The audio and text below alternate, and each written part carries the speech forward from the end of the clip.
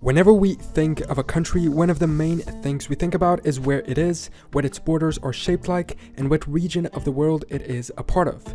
If you think of France, you think of Europe. If you think of Brazil, you think of South America. Our concepts of countries are definitely connected to their locations. However, throughout history, some countries have seemingly done the impossible, move where they exist. Either by choice or being forced by circumstances, various nations throughout time have picked up and simply moved to another location, re-establishing their country in another region. In this video, we're going to list out a few of those examples, understanding which countries moved, when, from where to where, and why. First Bulgaria.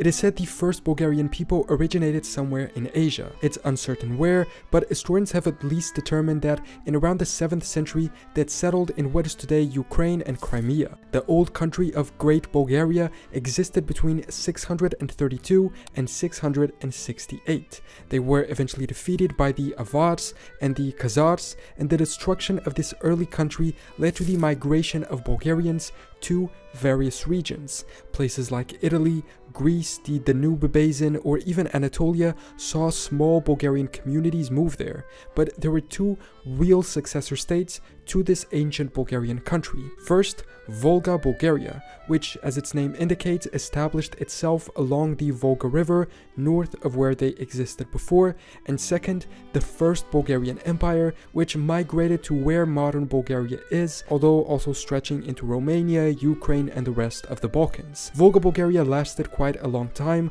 up to the 1240s, when they were destroyed by the Mongol invasions of Russia. But the Balkan Bulgarians were able to endure. Sure, the empire itself didn't last, being replaced by other entities, and sometimes even being occupied by other empires, but the Bulgarians themselves remained the main ethnic group of people in this region. The Second Bulgarian Empire was also tremendously successful, and after Ottoman occupation, Bulgaria recovered its independence, lasting as a country until today.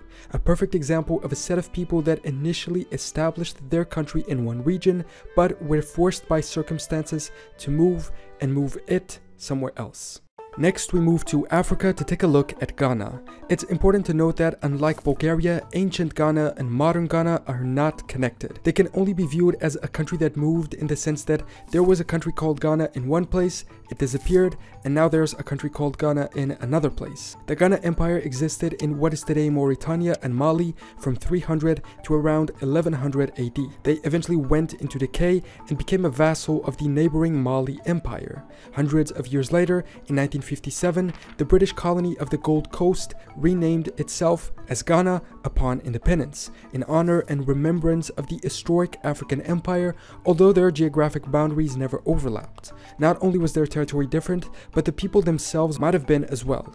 It is thought that after the collapse of the empire, some people may have migrated south, with a few making it as far south as present-day Ghana. However, there is very little evidence to prove this claim. Before we continue though, I have to thank NordVPN, who made this video possible through their sponsorship. NordVPN is a good friend of the channel, and not only have I worked with them for a while, but I actually use their VPN myself. Here are 4 key reasons you should use NordVPN. First, you get online protection with a single click. 2, you don't have to miss your favorite content, either when you're traveling or when you want to access content from another country's streaming catalogs. 3, you can stay safe from malware using their threat protection feature, which keeps away malware, trackers, scans your files. It's like an incorporated antivirus. And 4, you will be using the fastest VPN in the market. Trust me, I've used other VPNs and some of them are frustratingly slow, but not NordVPN. They also have 2 additional services you can choose that add comfort and even more safety to your online presence. First, NordPass, which manages all your passwords and secures them, notifying you of any breach of your accounts or any leak of the passwords themselves. And second, NordLocker, which is a place where you can store and encrypt your most important files, accessing them from anywhere and also making sure they are secure. Right now, using my link at nordvpn.com/knowledge, you can get NordVPN for 2 years with 4 months free. There's also no risk since they have a 30-day money-back guarantee, so try NordVPN today. And now, back to the video. One country that did move locations though, and actually a lot of times, was the Order of Malta, also known as the Sovereign Military Hospitaller Order of St. John of Jerusalem, of Rhodes, and of Malta. And the reason why it has all these names is precisely because of those location changes. The Order of Malta is a very interesting case of a country that today has no territory but still exists. If you want, I can make a full video on it. It was founded in 1048 when Italian merchants obtained permission from the Muslims to establish a monastic community in Jerusalem. When Jerusalem was retaken by the Muslims in 1291, after being held by the Crusaders, they moved to Cyprus. But they could not deal with the local politics well enough to establish themselves permanently. So in 1310, they moved to the island of Rhodes to attempt to establish their own sovereign nation. They remained there until 1522 when the Ottoman Empire took the island. After this, they kept island hopping in the Mediterranean, remaining without territory for a while, but in 1530 they reached Malta, from where they get their modern name.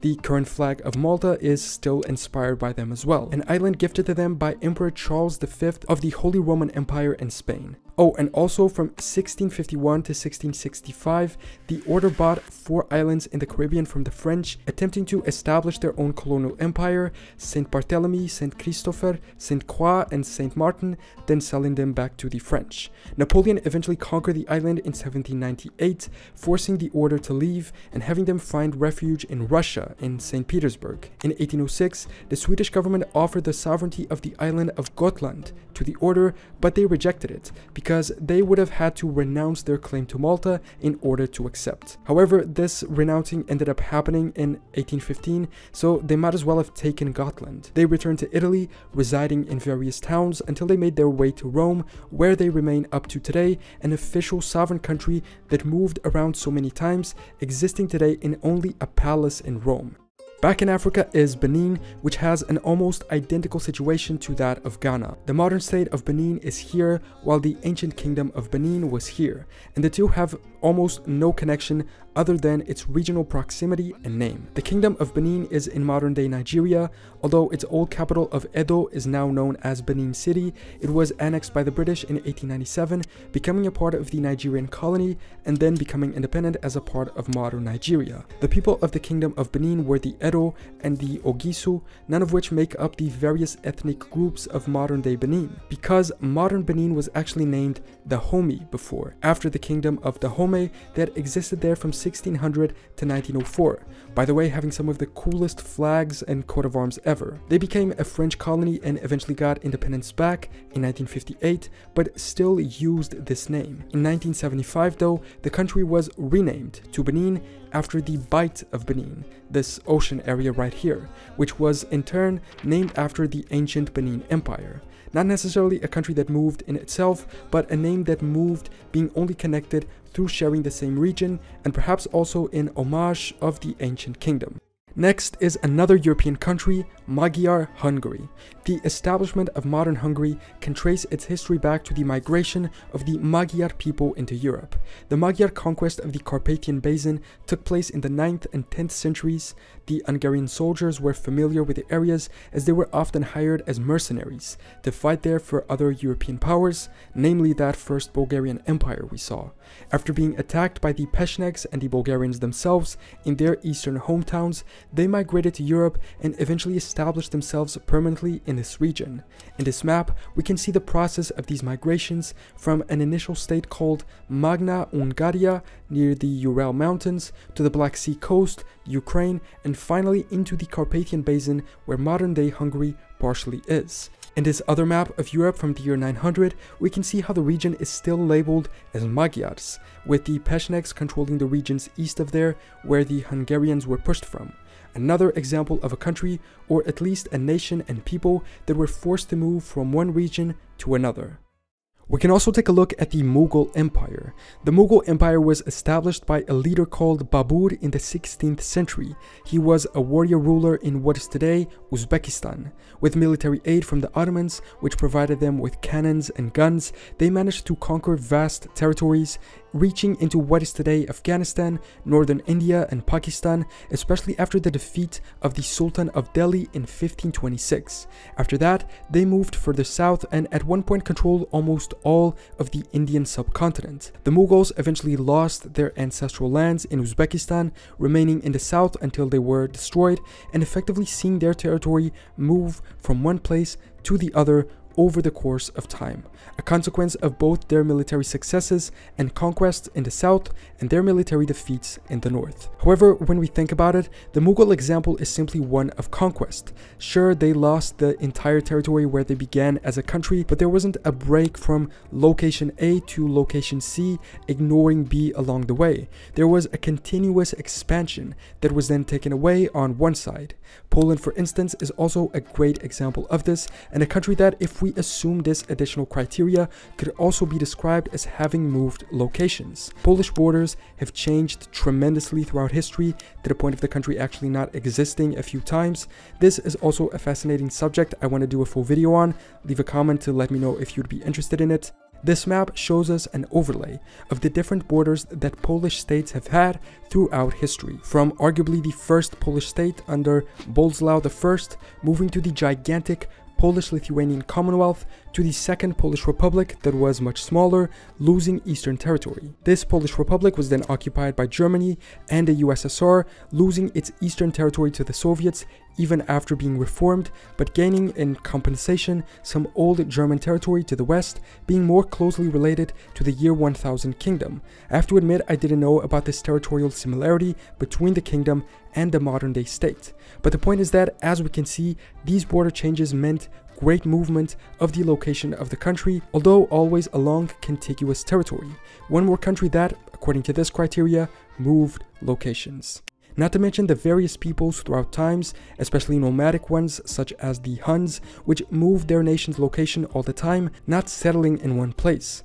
Or the various Germanic people that moved into Western Europe and established in new locations, forming the predecessors of what would eventually become European kingdoms and modern states, such as the migration of the Angles from Denmark to England, or the Franks from Germany to France, where each of them established the countries that became known as such. So, that is a brief list of a few countries that moved locations throughout history, some truly moving, like Bulgaria, Hungary, or the sovereign military Order of Malta, while others moved in a less true sense of the word, with the moving having to be described simply as two different countries sharing the same name, existing in two different regions at two different times. In addition to others that could also be categorized as having moved if we expand the definition to include extreme border changes along a contiguous territory, as Poland is such a good example of. Do you agree that these countries moved or not? And are there any other moving countries that I didn't mention? Let me know in the comments. Thanks so much for watching this video. Subscribe if you want, and I will see you next time for more general knowledge.